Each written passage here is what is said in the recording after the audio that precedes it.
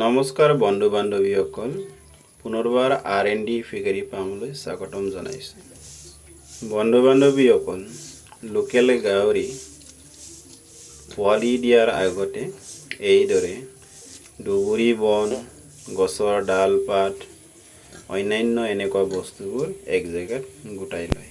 আজি পুনৰবাৰ লোকেল গাহৰিজনী পোৱালি দিছে।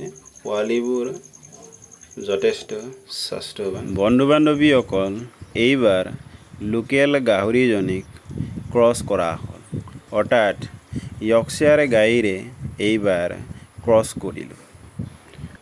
ক্ৰছ কৰা পোৱালিবোৰ যথেষ্ট স্বাস্থ্যৱান আৰু শক্তিশালী।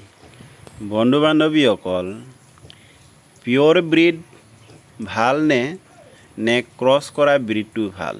আপোনালোকে কমেণ্ট বক্সত কমেণ্ট কৰি জনাব।